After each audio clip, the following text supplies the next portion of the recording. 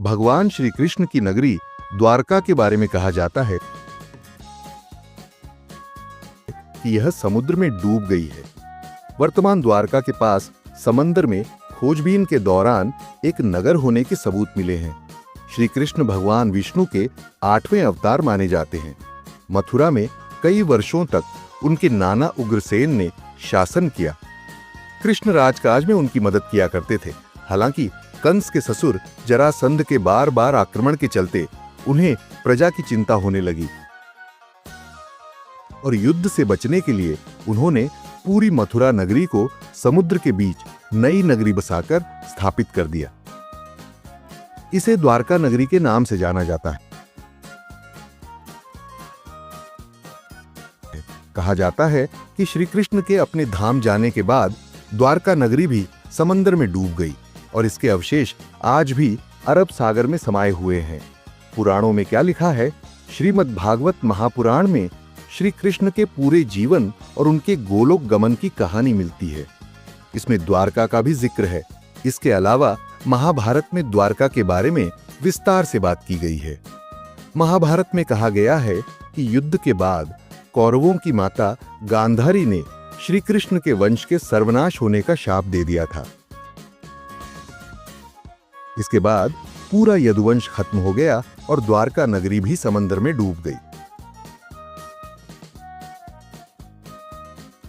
वहीं दूसरी कहानी यह है कि श्री कृष्ण के पुत्र शाम ने ऋषियों के सामने गर्भवती स्त्री का वेश रखकर उनसे बच्चे का भविष्य पूछा था। इस पर क्रोधित हुए ऋषियों ने शाप दिया कि पूरे यदुवंश का नाश हो जाएगा। कैसे शुरू हुई द्वारका की खोज? कहा जाता है कि इस नगरी में कई सारे द्वार थे और इसलिए इसका नाम द्वारका रखा गया था। 1960 में आज के द्वारका शहर में एक घर को गिराने के दौरान मंदिर का शीर्ष पाया गया था। यहाँ खुदाई करने पर भगवान विष्णु के मंदिर के अवशेषों के साथ कई चीजें पाई गईं। भारतीय पुरातत्व सर्वेक्षण के पूर्व महानिदेशक डॉक्टर शिकारपुर रंगनाथ राव ने यहाँ शोध करने का फैसला किया। 1989 में समुद्र के अंदर खोजबीन के दौरान कई ऐसी संरचनाएं मिली जिनसे लगता है कि यहाँ कोई नगर डूबा होगा। समंदर में क्या मिला? 1989 में समंदर के अंदर खोज के दौरान आयताकार बड़े बड़े पत्थर पाए गए। अर्धचंद्राकार पत्थर भी मिले। ये सारे पत्थर मानवों द्वारा तराशे गए थे। दीवारों के अवशेष पाए गए। इसके काफी मात्रा में चूना पत्थर पाया गया। ऐसा लगता है कि इसका उपयोग कुछ बनाने में किया गया होगा।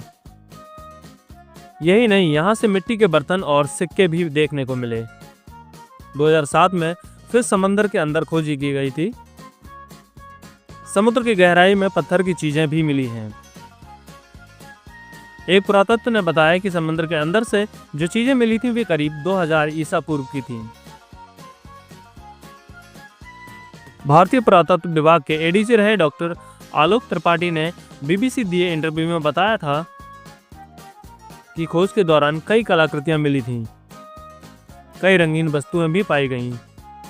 इसके अलावा 2007 में हाइड्रोग्राफिक सर्वे में यहाँ 10 मीटर की एक जगह में खंडक भी मिले थे जिन्हें समुद्र की बहाव ने तबाह कर दिया था।